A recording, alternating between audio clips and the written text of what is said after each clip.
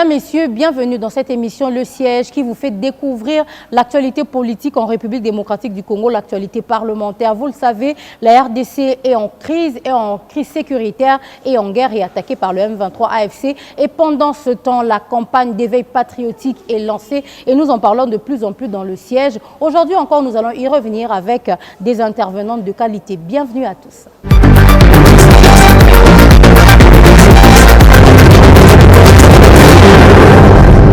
Merci beaucoup, colonel Néné, de nous avoir honorés par votre présence. Nous parlons de l'engagement patriotique des femmes. Qu'est-ce que vous avez à dire personnellement? Pourquoi vous avez finalement embrassé l'armée? Et aujourd'hui, en cette période de crise sécuritaire, quelle est l'importance des femmes d'entrer aussi dans l'armée? Parler de mon engagement dans l'armée, moi je dirais tout simplement c'est par vocation. Comment je suis entrée, c'est une petite longue histoire. Mais seulement né et grandi en Belgique et puis me retrouver ici et faire le service militaire, c'est le vouloir, c'est pas vocation. Et à l'heure actuelle, avec tout ce qui se passe, quand on parle de la mobilisation, la sensibilisation à l'éveil patriotique, nous ne pouvons pas parler de l'éveil patriotique si nous ne parlons pas d'amour. Parce que vous ne pouvez pas aimer vous-même, vous ne pouvez pas aimer votre terre, vous ne pouvez pas aimer votre frère et parler de l'éveil patriotique. Parce que l'éveil en soi, c'est protéger son voisin, c'est protéger son frère, c'est protéger soi-même. Nous devons connaître l'histoire de ces pays. Lorsque nous apprenons, nous les dames, nous les femmes, apprenons à nos enfants l'histoire de ces pays, je pense que c'est à ce moment-là que l'éveil commence dans la famille. Lorsque la jeune fille connaît l'histoire de son pays, elle va s'élever soi-même pour combattre, pour protéger sa maison, sa famille, ainsi son pays. Alors, mon parcours dans l'armée, c'est encore une autre histoire. Mais je veux carrément dire que rien n'est facile dans l'armée non plus. Parce que lorsque vous intégrez l'armée, vous devez connaître les méandres de l'armée. Pour aimer l'armée, vous devez savoir pourquoi je suis dans l'armée. Si c'est par aventure, en tout cas, chaque fois vous allez vous retrouver soit au cachot, soit à Makala, soit en Dolo. Mais vous venez pour servir, donner le meilleur de vous dans l'armée. L'armée, c'est une entreprise comme toute autre. Mais celle-là, c'est une entreprise de guerre. Elle a à son sein tout le potentiel, les qualités, tout les savoirs en fait. Dans l'armée, vous allez trouver le médecin, dans l'armée, vous allez trouver les juristes, dans l'armée, vous allez trouver toute catégorie de connaissances que vous pouvez trouver dans d'autres entreprises. Mais c'est là la seule différence, elle est très disciplinée. C'est-à-dire les gens qui sont dans cette armée-là sont disciplinés. Et ils ont des compétences comme dans toute autre compétence. C'est pour ça, quand vous demandez aux gens de venir intégrer l'armée, il y a les gens qui disent carrément « Bakotinda na bitumba ». Non. Quand bien même Bakotinda na bitumba, je veux juste attirer votre attention. Est-ce que dans tous les morgues ici, il n'y a que le militaire? Non. Il y a ceux qui vont à la guerre et qui reviennent. Moi, personnellement, j'ai fait la guerre en 2008. J'ai eu ma balle à la jambe gauche. Mais je suis là en train de marcher devant vous. Et personne ne saura que j'ai eu ma balle. Mais je marche. Sinon, tout simplement parce que je connais l'histoire de mon pays, parce que j'aime mon pays. Et parce que j'ai prêté serment de combattre jusqu'au sacrifice suprême. Ce n'est pas seulement les hommes, même nous les femmes. Parce que lorsque nous intégrons l'armée, ça veut dire que nous allons donner le meilleur de nous jusqu'à la fin de notre vie. La première femme dans l'histoire de notre pays à être désignée commandant bataillon, c'est sur base des critères. Il y a eu des critères qu'on a relevés là-bas. Aujourd'hui, on s'est dit oui, elle est la première femme. Oui, j'ai rempli les critères. Quels sont les critères? C'est sur base des formations. Tout est gratuit dans l'armée, sauf la promotion en grade et en fonction. C'est-à-dire, les jeunes femmes, peu importe que vous soyez dans l'armée ou pas, vous devez continuellement apprendre. Vous devez continuellement à étudier. Aujourd'hui, on peut demander, ok, on a besoin de telle catégorie de femmes dans l'armée. Mais si vous avez déjà parcouru toutes ces formations-là, vous n'allez pas vous plaindre. Les hommes en uniforme sont les hommes comme tout autre. C'est-à-dire vous allez trouver les états d'âme. Mais lorsque vous allez avec votre tête, je pense que vous allez faire le mieux et le bien plus que les hommes. Parce que la gestion d'une femme diffère de celle d'un homme. En ce qui concerne la gestion de la chose publique, la femme gère très bien et mieux que les hommes. Commandant bataillon avec 2000 hommes, ça n'a pas été facile. Ça n'a pas été facile. Pourquoi le jour que je suis allée prendre mon bâton de commandement, le même militaire est en train de dire non, Azaka a 2 mois, non 3 mois. Aroki m'a encocate. Mais maintenant là, c'est parce qu'ils attendaient devant eux un commandant, pas une femme. Alors, je suis allée avec les savoir-vivre, savoir-faire et savoir-être. Vous ne pouvez pas faire à quelqu'un quelque chose que vous ne savez pas faire. C'est pour ça que vous devez continuellement apprendre. Vous devez continuellement à se former. On se forme même en ligne. Pour ceux qui se disent, même bon, nous dépenser na baméga inutilement. Au coco ta cours.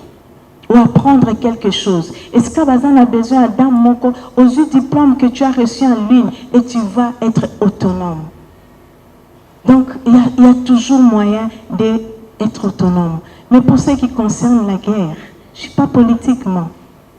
Mais tant que femme, et tant que militaire, je vous conseillerais à vous, les grandes dames que je vois là, vous avez des crèmes intellectuelles à la maison.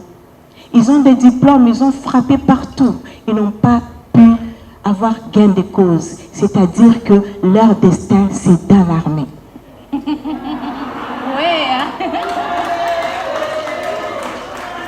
Soyons logiques. Vous avez la classe, vous avez la connaissance. Vous avez frappé par-ci, par-là avec votre bagage intellectuel. Vous avez trouvé place. Mais demandez-vous, donc, destin n'a pas en armée. Parce que l'armée a besoin de compétences. Ou ils ont traîné le diplôme de Banzela.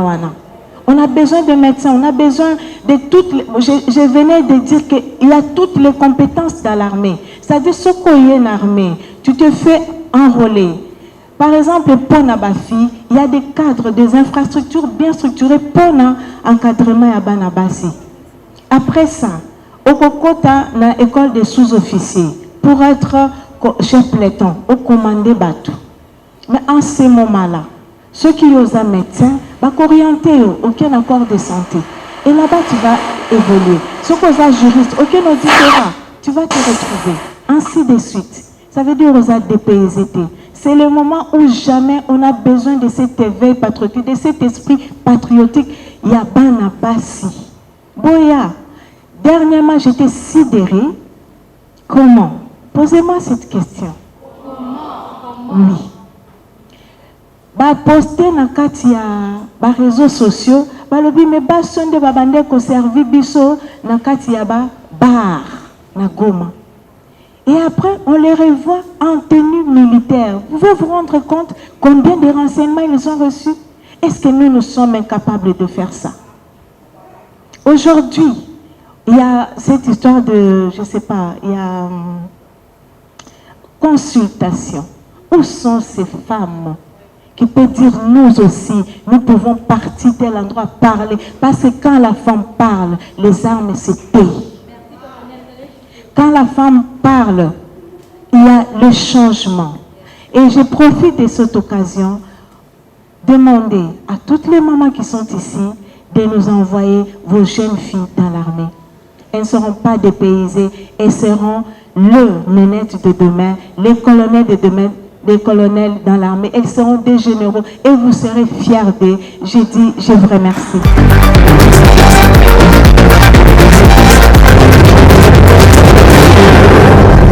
Une femme politique engagée. On a parlé de la police, de l'armée. On va parler de la politique.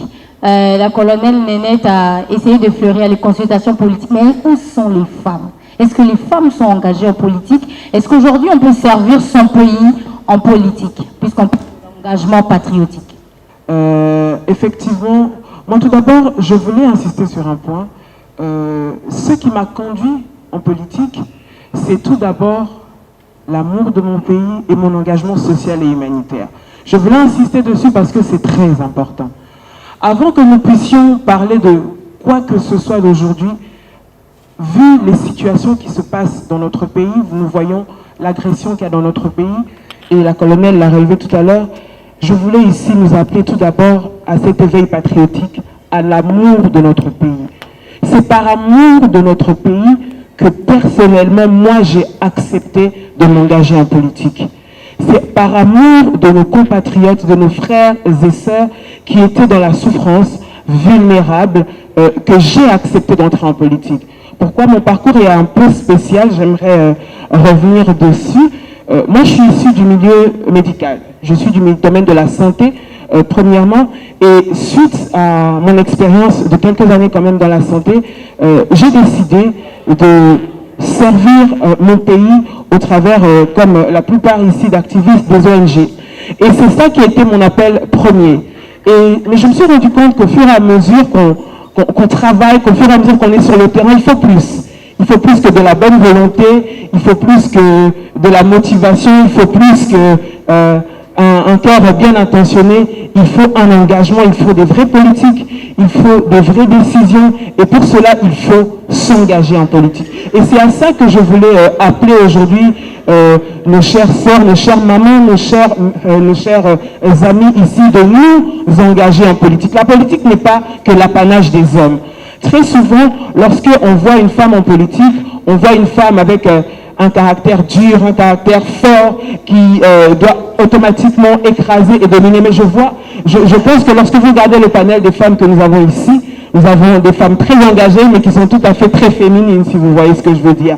Donc cela veut dire que la politique n'est pas l'apanage des hommes. Et ici, je voulais faire prendre conscience justement que la gestion de la chose publique ou la direction de la chose publique appartient aussi à la femme.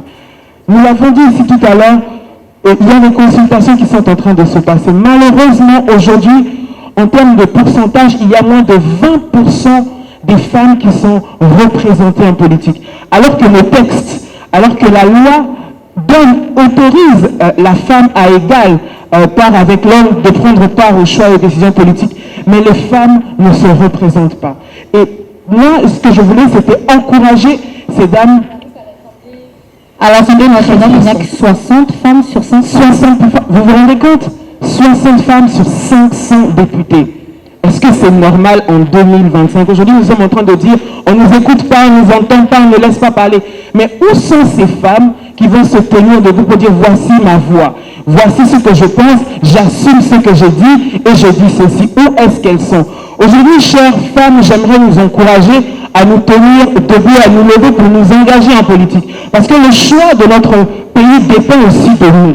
Et si nous ne prenons pas des décisions, on décidera à notre place. Voilà pourquoi aujourd'hui nous ne faisons que de subir. Oui, nous allons subir tant que nous ne décidons pas de changer de position, de changer notre posture et nous, de notre part, d'accepter de nous engager. Je peux comprendre très souvent, la femme en politique subit beaucoup de jugements. Nous sommes très souvent jugés, mais j'aimerais dire, à un moment, il faut que nous puissions nous imposer. Nous avons prouvé à suffisance, et je pense que cela n'est même plus à prouver, que la gestion de la chose publique faite par la femme est très différente.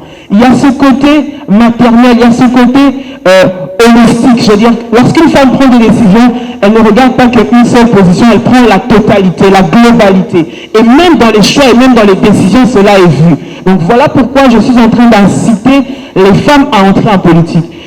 Souvent nous disons, mais nous les laissons faire. Lorsque nous les laissons faire, ils prendront des décisions à notre place. Ici, je ne suis pas en train de faire un combat homme-femme. Je suis en train simplement d'éveiller la femme à sa responsabilité. Il est de notre responsabilité, de la même façon que nous sommes responsables de nos foyers, de nos maisons, de nos enfants, nous sommes responsables de ce qui se passe dans notre pays. Et cela passe par les lois, cela passe par les décisions politiques, Cela passe par notre engagement. Et c'est pour ça que j'incite aujourd'hui toutes les femmes à nous lever, à instruire. Vous savez, aujourd'hui, notre peuple, notre population est en perte de repères. Notre DG l'a dit, nous sommes en perte identitaire.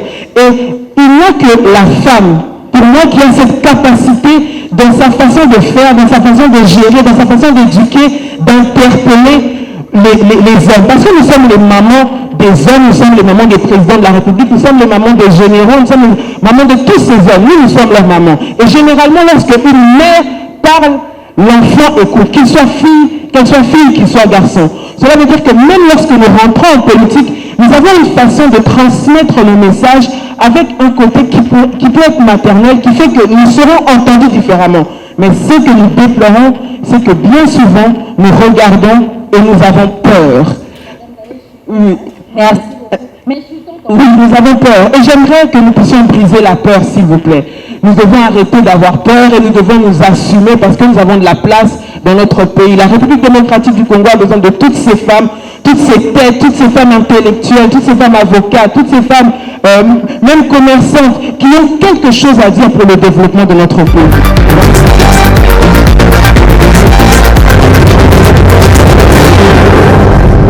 Alors aujourd'hui, Madame Annie, vous allez revenir. La présentation, c'est après. On commence avec Madame Annie qui n'a pas de présentation.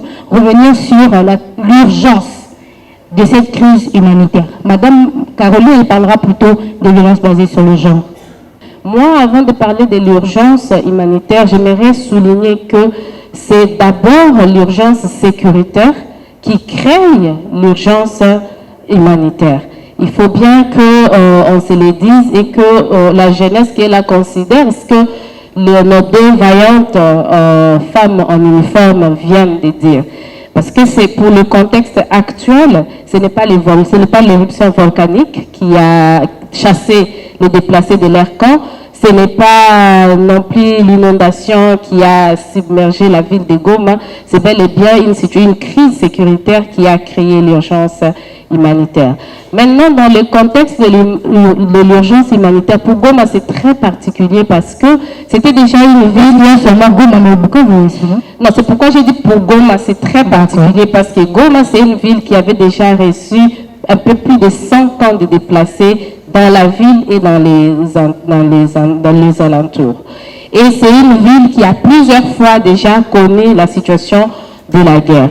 Mais pour cette fois-ci, quand cette ville tombe, nous avons les camps de déplacés qui sont juste démantelés comme ça, des personnes qui avaient fui leur village, qui avaient fui leur maison, qui avaient tout laissé, qui avaient perdu leurs moyens de subsistance, se retrouvant dans les camps avec plusieurs autres conséquences, entre autres l'insécurité alimentaire, parce que l'alimentation, c'est toute une culture. Même si on est tous congolais, moi je serais peut-être plutôt plus vers le Touma, l'autre vers le Foufou, l'autre vers la Chikwang, ainsi de suite. Mais lorsqu'on se déplace, on est obligé de remplir les ventres avec quelque chose pour ne pas mourir de faim. Et ce n'est pas parce qu'on a mis quelque chose dans le ventre que c'est nutritif. Vous pouvez remplir votre ventre, mais avec de la nourriture qui n'a pas des éléments nutritifs. Entre autres, la crise humanitaire qui était accentuée, il y avait déjà l'insécurité alimentaire pour des enfants, pour des femmes allaitantes ou les femmes enceintes, parce que leur immunité n'est pas aussi de la même manière résistante que d'autres personnes. Et donc, ces familles déplacées, Goma est pris, ils sont censés quitter, rentrer chez eux. Madame, je ne veux pas parler de la crise identitaire. Chez eux, c'est où? Parce qu'il y en a qui sont rentrés, qui ont trouvé leur village occupé, leur maison saccagée, leurs produits champêtres déjà récoltés. Par qui? Point d'interrogation. Donc, c'est une situation qui... Il y a tout arrêté dans la ville. L'argent ne circule pas, il n'y a pas d'eau, il n'y a pas de nourriture. On a pillé quelques dépôts qui étaient là. Côté sanitaire, il n'y a pas de services qui fonctionnent. Et dans ces contextes, la communauté humanitaire qui répondait à la crise humanitaire avant la prise de Goma, elle est toute partie. Nous sommes restés, nous, chez nous, sur notre sol, avec notre souveraineté, mais aussi nos problèmes. Qu'est-ce qu'il fallait faire? On ne pouvait pas croiser les doigts. Le départ de la communauté humanitaire à majorité internationale, c'est là où moi je vais appeler à cet éveil patriotique de considérer que pour aider nos compatriotes, nous ne sommes pas obligés de compter sur l'aide étrangère. C'est ce que nous avons démontré avec vous, Madame Grace. C'était un défi et une opportunité à la fois. Un défi, pourquoi? Parce que nous ne sommes pas assez préparés à répondre à ce genre de besoins dans une crise humanitaire, parce qu'on sait que HCR sera là, OMS sera là, PAM sera là, mais pour une fois, même la MONUSCO est partie, PAM n'était pas là, HCR n'était pas là, il y avait la Croix-Rouge et MSF qui a commencé un peu à donner des services, mais c'était quel service? Des traitements plus des blessés. Mais là, quand je vais venir sur la situation des femmes, les femmes, leur situation de viol n'était pas traitée comme une priorité. Ce qui veut dire que d'ici quelques mois, on aura toute une génération d'enfants qui vont naître des grossesses non désirées comme résultat des viols. Tout ça, ça fait partie de la crise identitaire dont a parlé Madame Josette. Parce que quand on voit la situation humanitaire ou l'urgence humanitaire, on va tout de suite amener la nourriture. Oui, c'est vrai, les gens doivent manger. Et puis, après avoir mangé, et puis quoi?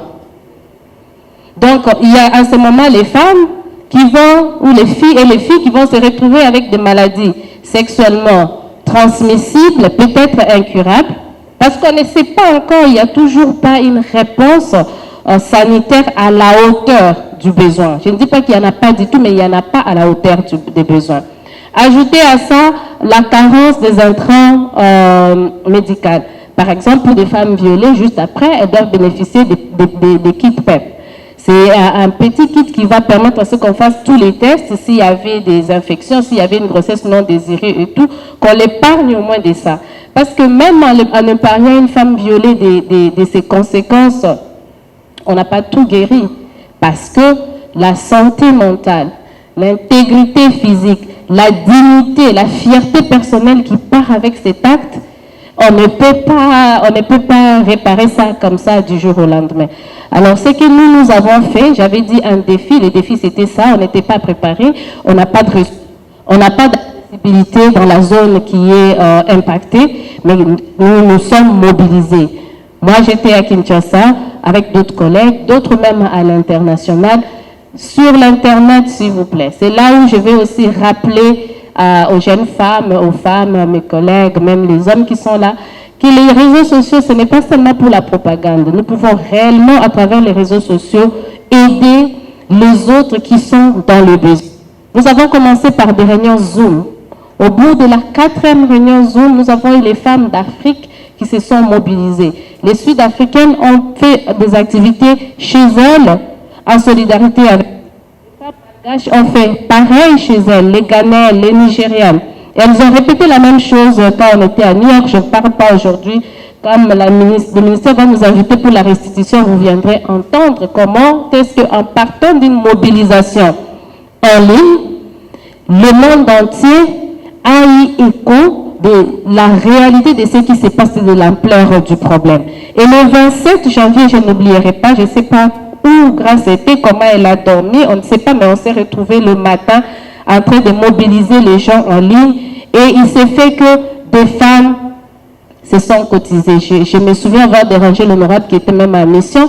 Les femmes envoient $10, $2, $5. Et la majorité de celles qui ont donné ne sont même pas celles qui sont à la diaspora.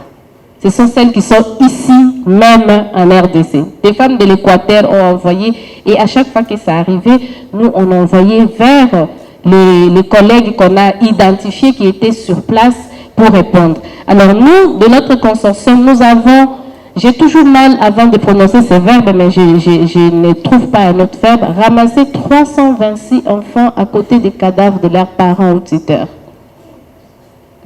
Vous imaginez 326 enfants à côté des cadavres. C'est un souvenir amer. Ça ne va jamais quitter la tête de ces enfants.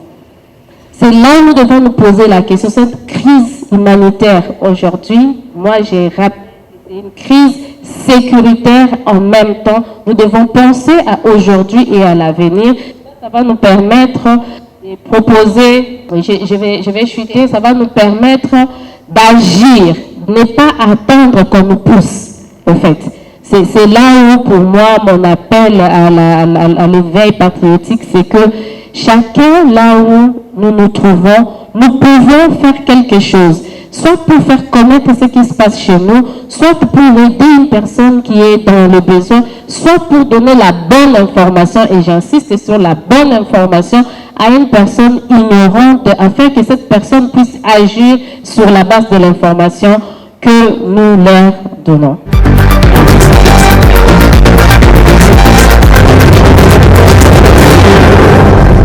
C'était un réel plaisir pour moi de vous présenter cette émission qui est venue à la suite de la conférence Parole à la femme organisée par Leadership de la femme de médias. Merci aux partenaires, la RTGA, et merci à tous ceux qui nous suivent à Kinshasa et partout ailleurs. Je vous retrouve la semaine prochaine avec le même plaisir et sur les mêmes canaux de diffusion. À très bientôt.